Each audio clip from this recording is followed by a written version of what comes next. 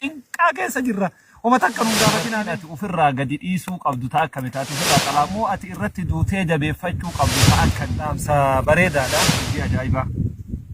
gaafa tokko nabiyyallahi Ibraahiim alayhi salaatu wassalaam deemee bakka mucaan isaa Ismaa'il jiru dhaqe mucaan isaa Ismaa'il nabiyyallahi Ismaa'il bakka inni jiru dhaqee jennaaniin wayita isaan mana jiru jaartitu mana jira jaartiin isaa jaartiin ammootu abbaa jaarsa ishii tahuu hin beeytu eessa jira Ismaa'il jennaaniin mana hin jiru waanuu soquu deemee jetteen maarree jireenya akkam isinitti jira akkammee jiruun maal fakkaatti bal'oo moo dhiphoodhaa jedhee gaafateen abbaan gaafannaaniin karakkannee waan nyaannuun qabnu waan dhuunnuun qabnu waan uf addunyaan kadachiin nuun cittee jetteen kana jedhiin bada abbo rakkina keessa jirtanii rakkina keessa jira maarree waan jettuun wayita Ismaa'il galeetiniin jedhe namni akkanaa wahii manguddicha akkanaa wahii dhufee waan siin jedhe ghayyira atabata baabikaa gubanii balbala keetii jijjiiri siin jedhe nama akkanaattu amaanaa akkanaa sitti dhaamate jettee wayita jaarsi gale gubanii balbala keetii jijjiiri siin jedhe jaarsi akkanaa jetteen akkasii maarree jedhee nama jaartiidhaa mitiire isiin namni dhufeetiniin haasawa kana haasawe suni abbaa kiyya an isarraa dhaladhe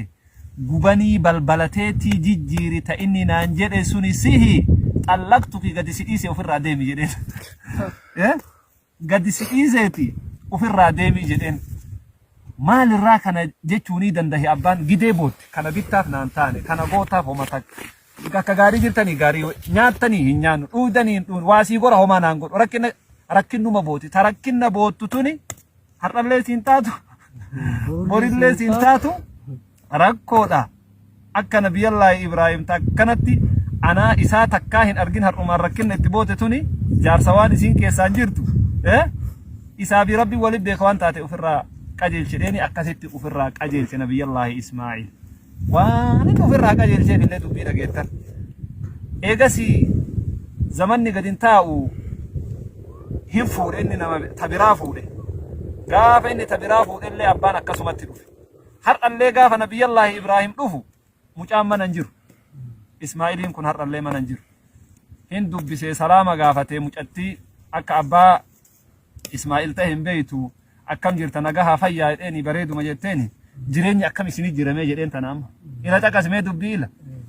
jireenya akkam isinitti jiraa jennaaniin akka gaarii jirnaa galanni rabbitti haa jiraatu foon malee hin nyaannu kadhuuynu maali ka nyaannu maali addunyaa matanaa nutu harkaa qabaa jetteen abbo gam goote abbaa qalbii akkasi nyaanni keenna foonii jette barfoo wayiitu homaa hin jiru sabrii qabdi takka Ismaa'il deemee olii gadi gaara keessa waa bahee waa borofaa fi akkana waan nyaatan akka quruphee kanniin ajjeesee galaani takkee foon argatan san foon malee nyaanna abboo jireenya nutu harkaa qabaa jetteen ila gartanii am akkasi maasha Allah maarree wayita jaarsi kee gale Ismaa'il wayita inni gale namni akkanaa dhufee